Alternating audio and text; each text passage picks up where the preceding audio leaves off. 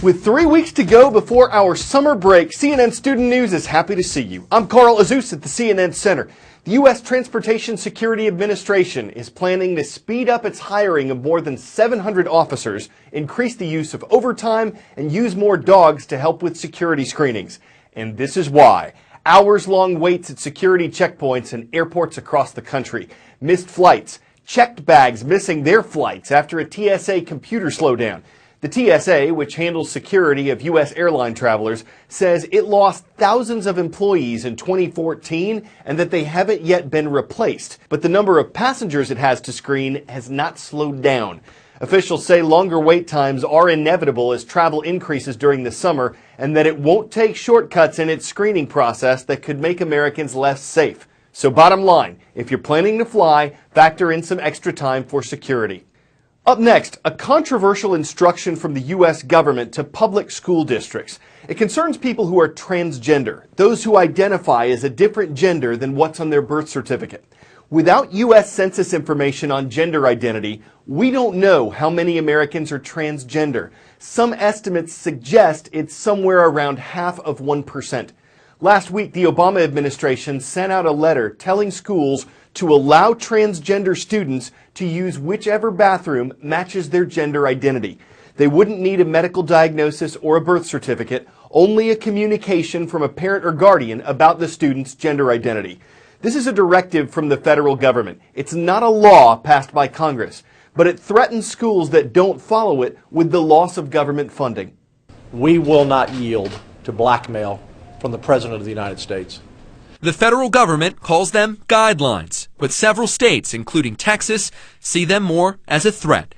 This goes against the values of so many people. It has nothing to do with anyone being against a transgender child. At a Friday morning press conference, Texas Lieutenant Governor Dan Patrick says a line has been crossed by the federal government after the Department of Justice sent a letter on transgender bathroom use in public schools across the United States. I'm telling all the superintendents in Texas right now, you have about 3 weeks left of the school year. Do not enact this policy. In the letter, Attorney General Loretta Lynch writes, "There is no room in our schools for discrimination of any kind, including discrimination against transgender students on the basis of their sex. Under the guidelines, public schools that receive federal money are obligated to treat students consistent with their gender identity, even if their records indicate a different sex, access sex-segregated facilities consistent with a student's gender identity, and protect a student's privacy related to their transgender status." Undo! HB2! Undo! HB2! The action sets the stage for a legal battle that's been in the making since March. House Bill 2 in North Carolina began the recent controversy. The law requires trans people to use the public restroom related to the gender on their birth certificate, not how they identify. North Carolina and the feds have traded accusations and lawsuits. Some states, including Arkansas and Texas, insist there's been government overreach. The feds say civil rights have been violated. Because this is not just a North Carolina issue. This is now a national issue. From North Dakota to southern Vietnam, get ready to go globetrotting on the roll call. Nedros High School is up first. From the Rough Rider State, we're looking up to the Cardinals in Minot. Now to the capital of Utah, in Salt Lake City. Thank you for watching from the Salt Lake Valley Detention Center.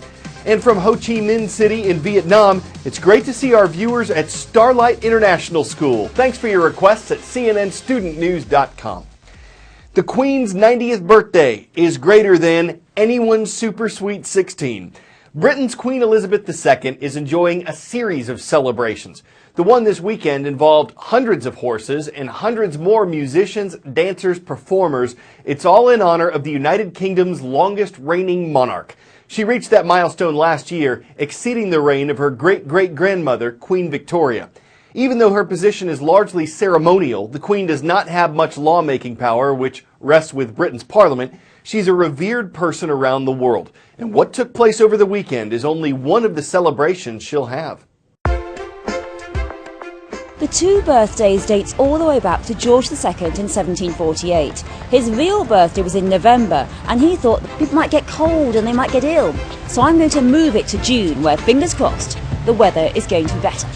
So the Queen, her real birthday, 21st of April 1926, when she was born, that's celebrated with a quiet family celebration. And she has her official birthday, usually the second Saturday in June. And what we have is the Trooping into Colour, big parades, big celebration, the Queen in her carriage, all based in London, here at Buckingham Palace. But this year, because she's 90, she has a birthday in May as well. And that's going to be much more fun. Pop concerts, horse shows.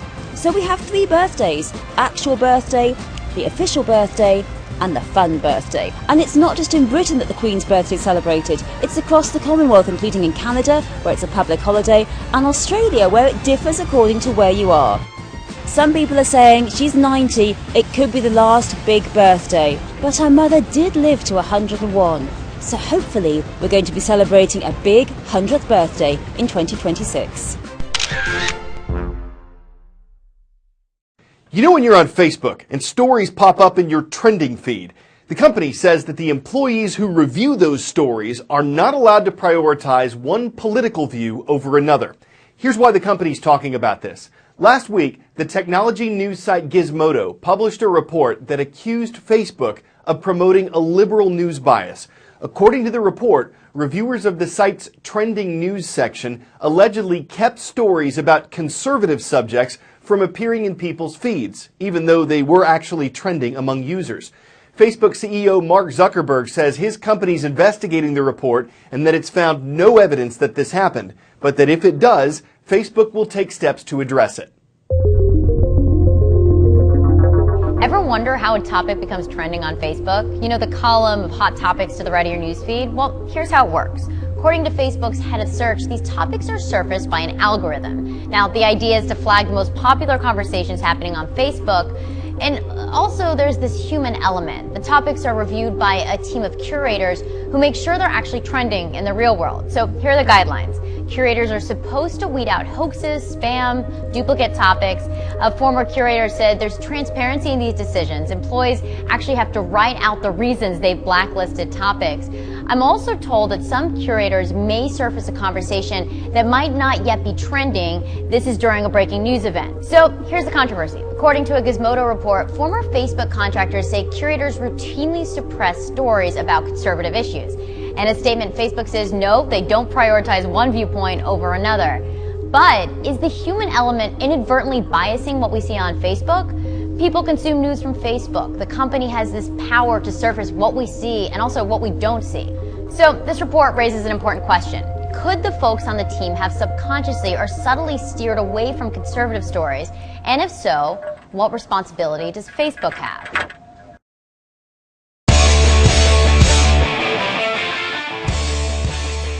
Riley the Retriever has been going to doggy daycare for most of his 5 years of life. He loves it. How do we know? Well, when his owner left the house one day recently, Riley popped the lock on his fence, walked more than a mile through downtown Belmont, North Carolina, and took a seat outside Happy Dogs, the daycare center, until someone let him in.